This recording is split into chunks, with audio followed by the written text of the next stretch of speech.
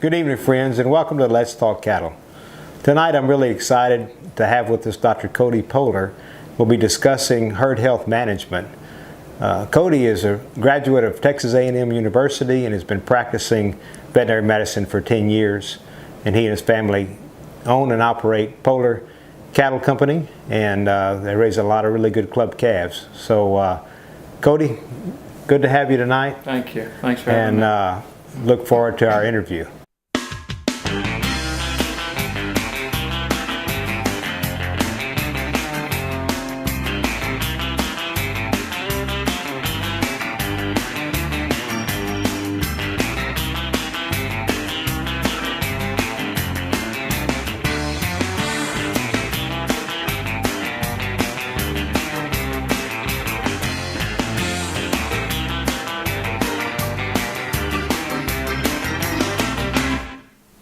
The fall time of the year here in Texas means college football, bow season, and herd health management. This is the time when we do a lot of our palpations, and I just thought it was really a good time to have Dr. Pohler here with us to visit about some of the vaccines and some of the practices that we can just all use to help ourselves.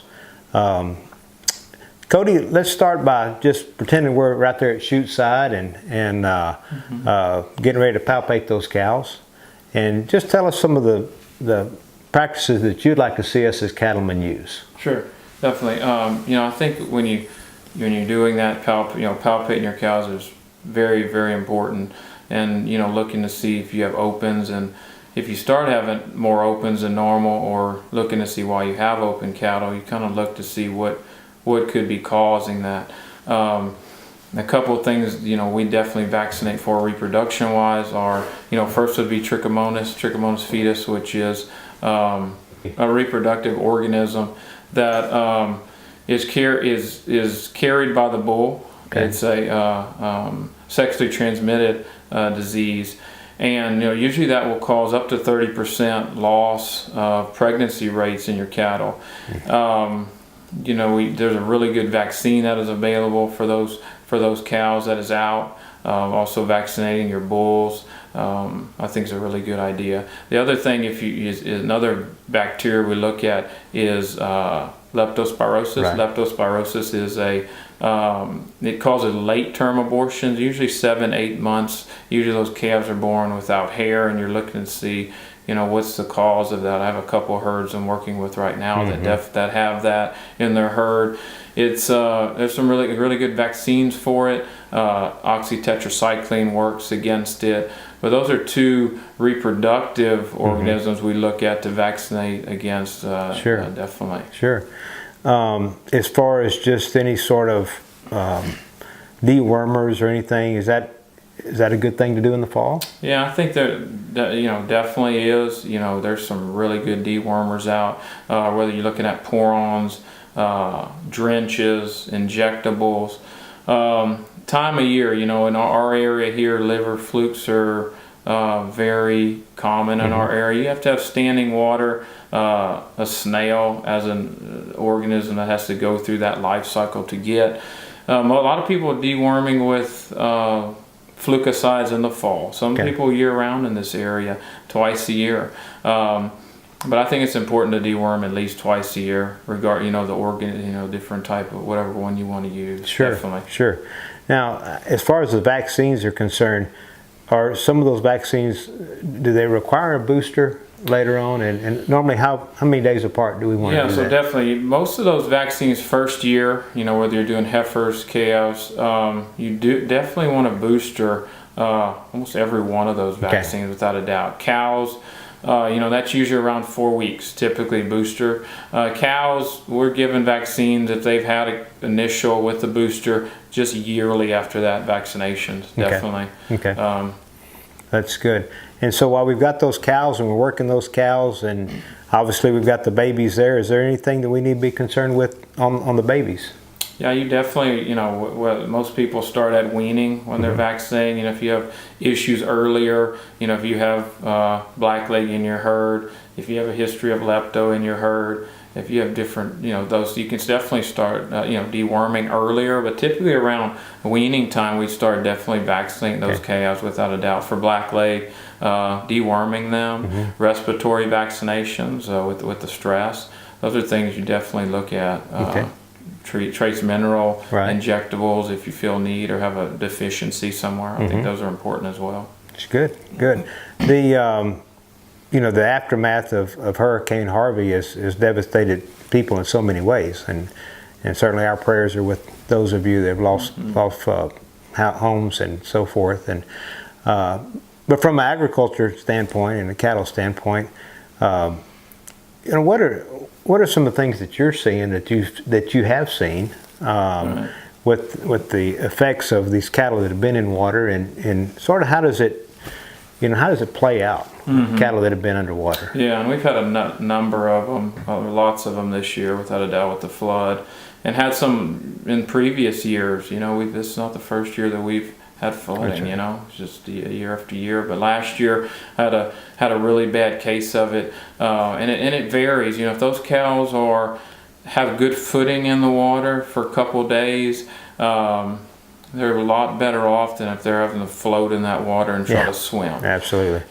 These cattle, if they're having to swim for a number of days, when they get out of that water, there's an issue with circulation in their legs, and a number of those unfortunately don't make it just because of swelling in their legs. And now these cows that have good footing, coming out of it, I've seen lots of foot rot, swelling of the legs, limb infections. But if we get on those fairly early with antibiotics and anti-inflammatories, I think it's beneficial. We've been really fortunate this year to have some drug companies that have donated lots of different medications to help these ranchers out. And it's very fortunate that we have that at our disposal to give to those ranchers. In terms of foot rot, what would be some of the treatments or medicines that you would definitely recommend? So there's a good foot rot vaccination that's out there. I have a lot of people that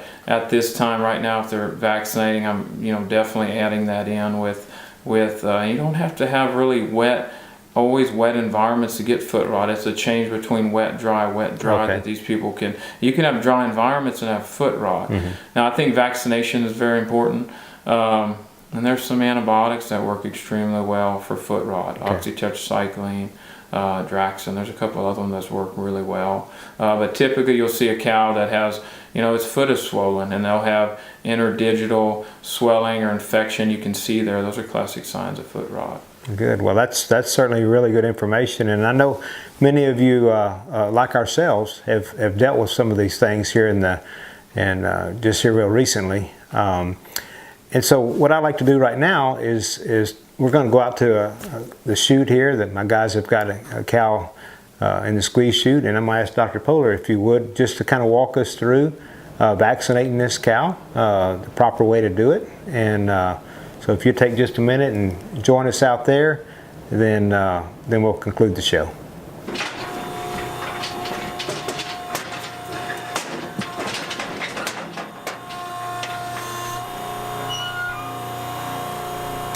Okay, so what we're going to do now is we're going to get some vaccinations to this cow here, some fall vaccination. Again, what those vaccinations again are a black leg vaccination we're going to give. This is Calvary 9. It's actually a 9-way Clostridial vaccine. I'm going to give her some Multimin. Multimin on cattle is dosed at 1 cc per 200 pounds. We're going to give her a ViruShield 6 VO5 vaccination. So that is a respiratory vaccination for cows, and it has a Vibrio lepto in that.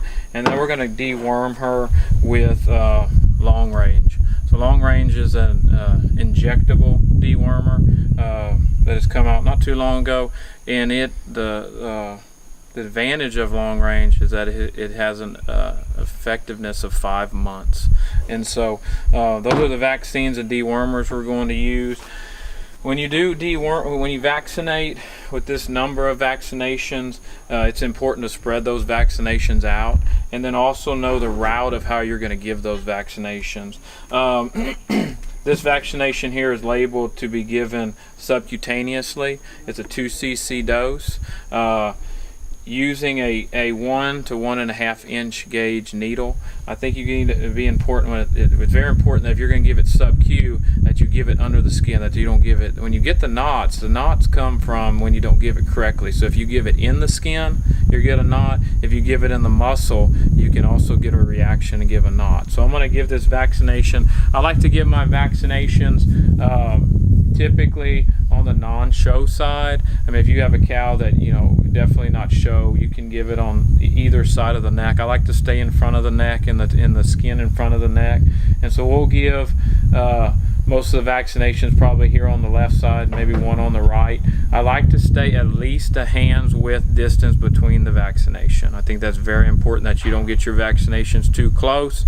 I think it's also very important that when you give your vaccinations, if you're giving a number of vaccinations, that you put these on ice and keep them cold. You don't want to leave them sitting here on the table when it's hot here and let your vaccination get hot. So since we're doing just one today, I'm not going to put it back. We'll put it back on ice in a minute, but that's very important that your temperature control on your vaccination is very important. What we'll do here is I like to stay right here in front of the shoulder if we can, in this area. You kind of make a triangle right here in front of the neck, coming down the shoulder blade, coming up, and making this area here is good. You have a lot of extra skin in this area. It's good to get under the skin. When you get right here on the shoulder, you know, that's where you have a tendency of getting some knots. Some people you can vaccinate here sometimes, here sometimes if you like to.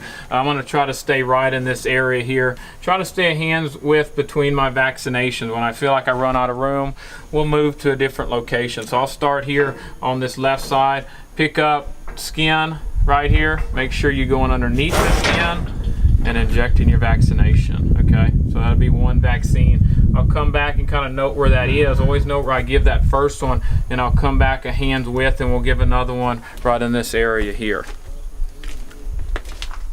This is the multi-min vaccination, trace mineral injectable vaccination. It's labeled to be given in the muscle or sub-Q.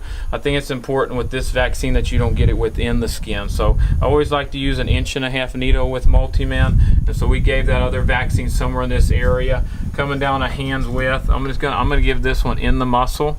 So kind of just picking up here, going directly in the muscle, injecting that vaccination. And then you have two vaccinations about that far apart right there.